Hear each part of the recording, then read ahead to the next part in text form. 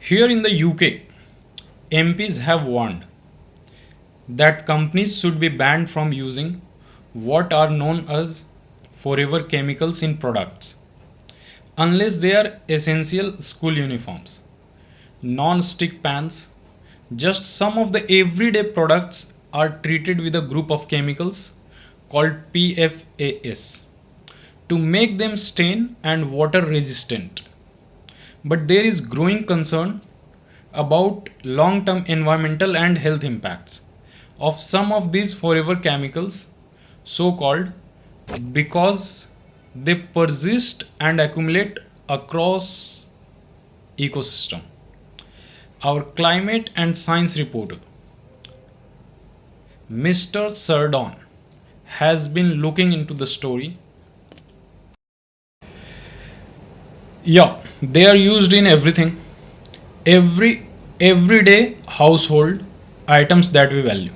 Our raincoats, fire retardants, materials, we need them. So when they say only essential goods, how do we class what is essential? Exactly, Mr. X. It had almost been impossible to go throughout your life without coming into contact with forever chemicals. But what the committee is saying is that it's only in the cases of certain products where removing the use of the chemical could be a health and safety issue. For example, removing the PAS from your non sticky frying pan.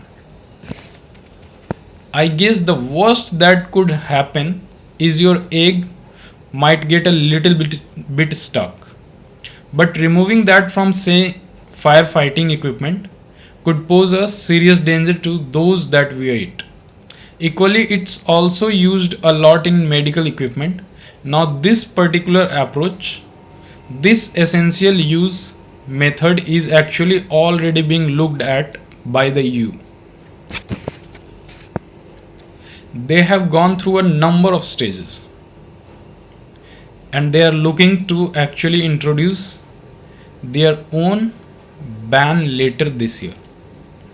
So, what the committee is doing is really recommending what many other countries have already started to look at in their own jurisdictions. And is me if they are recommending things like this, there is a reason for it. What is the cause of it? If these chemicals don't dissolve, what what's the impact of that on the environment? Yeah, so a bit of 101 on what these chemicals are.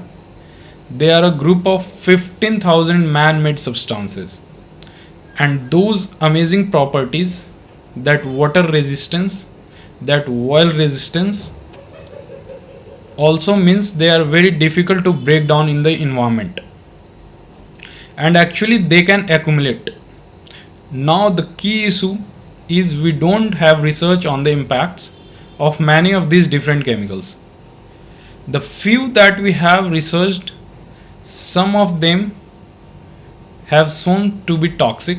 So for example, in humans where there is a high level of accumulation, there has been increased risk of kidney cancer, high level of cholesterol, and impacts also on women's health issues. And so there is a concern that as we all collect more evidence on these, that we could actually find out that there could be some more serious toxic impacts for both of us and the environment. So what the committee is saying is, should we taking a precautionary approach? They want the public not to panic, but said the government should act now on this issue.